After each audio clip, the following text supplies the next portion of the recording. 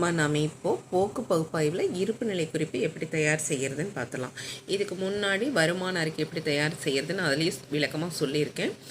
அதை விட இது ரொம்ப ரொம்ப நமக்கு ஈஸி. கண்டிப்பாக நமக்கு இந்த சாப்டரில் சொல்லியிருக்கேன். ஏன்னா 2 5 மார்க் இருக்குது, ஒரு 3 மார்க் கணக்குலேயே இருக்குது.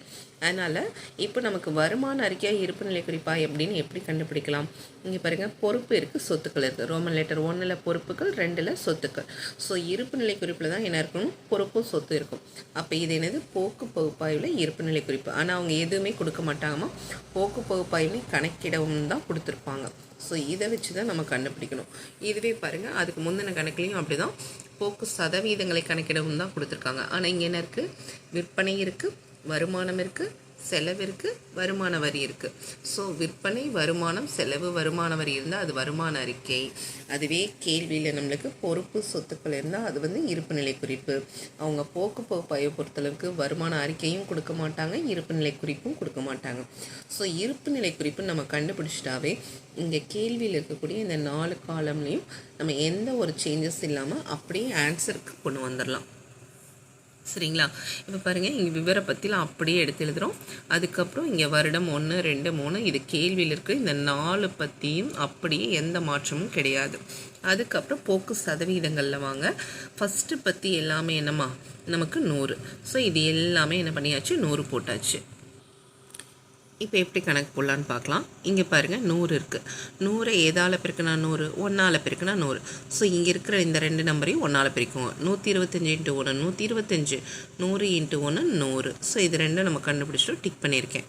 அடுத்தது இங்கே 50 இருக்குது. 50 எதால் பெருக்குனா நமக்கு 100 கிடைக்கும், 2ஆல் பெருக்குனா 100 கிடைக்கும். அப்போ இந்த 2 நம்பரையும் 2ஆல் பெருக்குவோங்க. 40 2ஆல் பெருக்குனா 80, 80 2ஆல் பெருக்குனா 160. அடுத்தது பாருங்கள், 400 இருக்குது. ஸோ 100க்கு கம்மியாக இருந்தால் 100ஆக மாற்ற பெருக்கணும், 100க்கு அதிகமாக போனால் 100ஆக மாற்ற வகுக்கணும். ஸோ 400 4ஆல் வகுத்தா உங்களுக்கு எவ்வளோமா கிடைக்கும், 100 கிடைக்கும். ஸோ அந்த 4ஆல் இப்போ இங்கே இருக்கிற நம்பர் 2ஐயும் வகுத்துருங்க. 4வது வாய்ப்பாட்டுக்கு வந்துடுங்க. 1 4 4, மறுபடியும் 1 4 4, இந்த 0 அப்படியே வந்துடும். அப்போ எவ்வளோமா, 110. இங்கே 4வது வாய்ப்பாடு 1 4 4, 2 8, 0 அப்படியே வந்துடும். ஸோ இந்த டோட்டலை கண்டுபிடிச்சி இந்த டோட்டலும் போட்டுக்கலாம். ஏன்னா பொறுப்புகள் சொத்துக்களோட டோட்டல் பாருங்கள் ஒன்று தானே, 400 440 480. அதனால் இங்கே 100 110 120 இதை கண்டுபிடிச்சும் போட்டுக்கலாம். இல்லை உங்களுக்கு டைம் இருந்ததுன்னா மறுபடியும் இங்கே வகுத்தும் போட்டுக்கலாம்.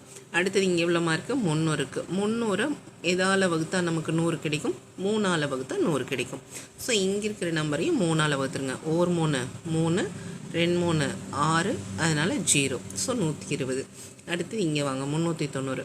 1 3 3, அடுத்து 3 9, அடுத்தது 0. ஸோ இங்கே ஆன்சர் 130. அப்போ இந்த 2ம் கண்டுபிடிச்சாச்சு. அடுத்தது இங்கே எவ்வளோ இருக்குது, 100. 100 எதால் பெருக்குனா 100, 1ஆல் பெருக்குனா. ஸோ 80 × 1 80, 90 × 1 90. அதுக்கப்புறம் இந்த டோட்டல் ஏற்கனவே வந்தால் தான் இந்த லைனை நம்ம அப்படியே எடுத்து எழுதினோம்னா இந்த கணக்கு பார்க்குறதுக்கு பார்த்தா ரொம்ப பெருசாக இருக்கிற மாதிரி இருக்கும்.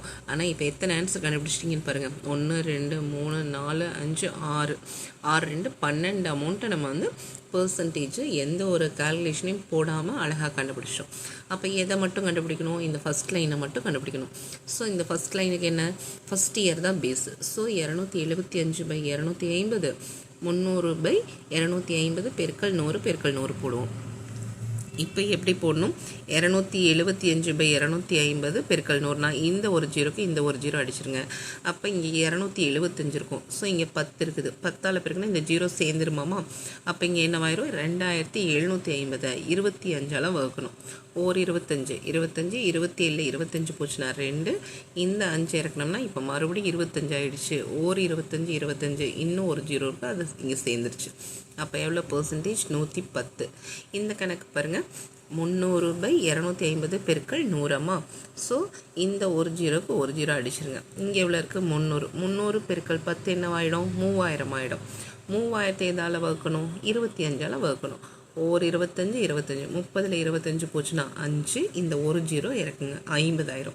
2 25 50, இன்னும் ஒரு 0 இருக்குது, அது இதோடு சேர்ந்துடும். அப்போ ஆன்சர் எவ்வளோ, 120.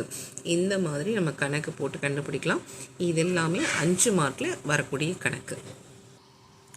அடுத்து எடுத்துக்காட்டு 16மா பூமி வரையறை நிறுவனத்தின் பின்வரும் விவரங்கள்லேருந்து போக்கு சதவீதங்களை கணக்கிடவும் கொடுத்துருக்காங்க. இதுலேயும் வருமான அறிக்கையும் இல்லை, இருப்புநிலை குறிப்பும் இல்லை. எதை வச்சு நம்ம கண்டுபிடிக்கணும்? இங்கே ரோமன் லெட்டர் பாருங்கள் 1, 2 இருக்குது. ரோமன் லெட்டர் 1ல் பொறுப்பு இருக்குது, ரோமன் லெட்டர் 2ல் சொத்து இருக்குது.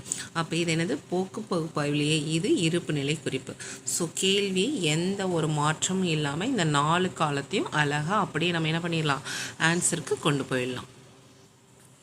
இப்போ ஆன்சரில் பாருங்கம்மா, இந்த 4 காலம், அதாவது விவர பற்றி வருடம் 1, வருடம் 2, வருடம் 3, இந்த 4 பற்றி அழகாக அப்படியே எழுதிட்டோம். அடுத்தது சதவீதம் கண்டுபிடிக்கும் போது என்ன சொல்லியிருக்கேன்? ஃபஸ்ட்டு காலம் எல்லாமே 100, அது எல்லாத்துக்கும் நம்ம 100 போட்டாச்சு. போட்டதுக்கப்புறம் இப்போ இந்த 2த்துக்கு மட்டும் எப்படி கணக்கு போடலான்னு பார்க்கலாம். இப்போ இங்கே எவ்வளோ இருக்குமா? 200 இருக்குது. 200 100 மாற்ற எதால் வகுக்கணும்? இது அதிகமாக போகுது, ஸோ இது என்ன பண்ணணும்? வகுக்கணும். அப்போ 200 100 மாற்ற 2ஆல் வகுக்கணும்.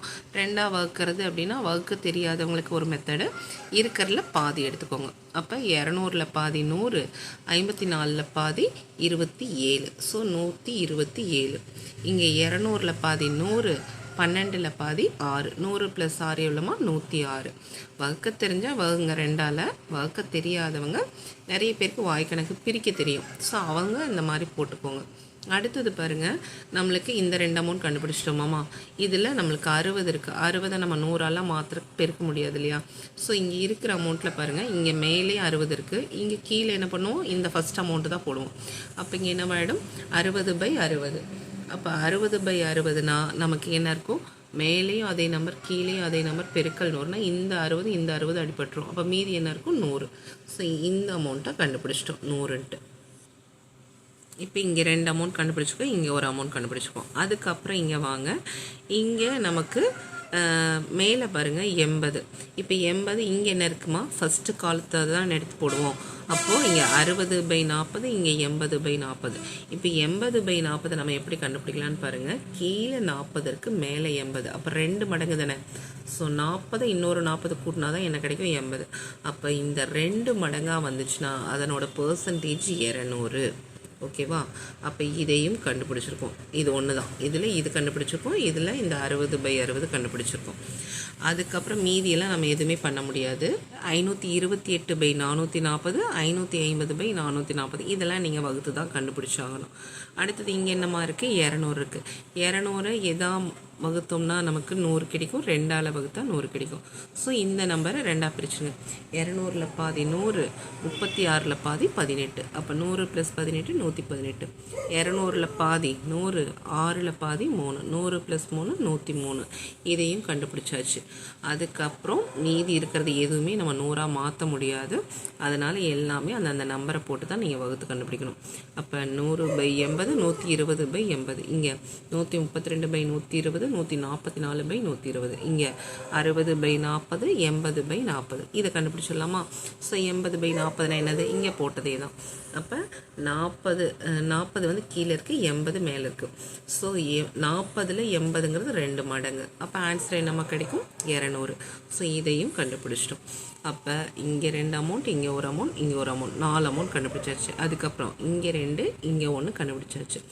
அடுத்தது நான் எடுத்து சொல்லியிருக்கேன், இருப்பு நிலை குறிப்புனா டோட்டல் ஒரே அமௌண்ட்டு தானமாக இருக்கும். 440, 528, 550. இங்கேயும் 440, 528, 550.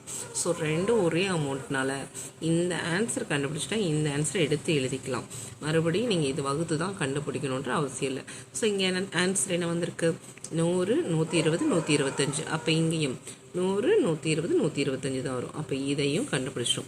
அப்போ இங்கே ஒன்றுமே நமக்கு கண்டுபிடிக்க ஈஸியாக இல்லாத மாதிரி இருந்தால் கூட எத்தனை அமௌண்ட் கண்டுபிடிச்சிருக்கோம்? 2, 3, 4, 5, 6, 7, 8, 9 அமௌண்ட்டு இதுலேயுமே கண்டுபிடிச்சிருக்கோம். மீதி இருக்கக்கூடியதை மட்டும் நீங்கள் என்ன பண்ணால் போதும்? வகுத்து ஆன்சரை கண்டுபிடிக்க தெரிஞ்சால் போதும். இல்லைன்னா உங்களுக்கு இதுலேயே 4.5 மார்க் உங்களுக்கு கண்டிப்பாக வந்துடும். ஸோ இந்த சாப்டரை பொறுத்தளவுக்கு நீங்கள் ஈஸியாக மார்க் வாங்க. கண்டிப்பாக இந்த வீடியோலாம் உங்களுக்கு ஹெல்ப்ஃபுல்லாக இருக்கும் அப்படின்னு நான் நம்புகிறேன். தேங்க்யூம்மா.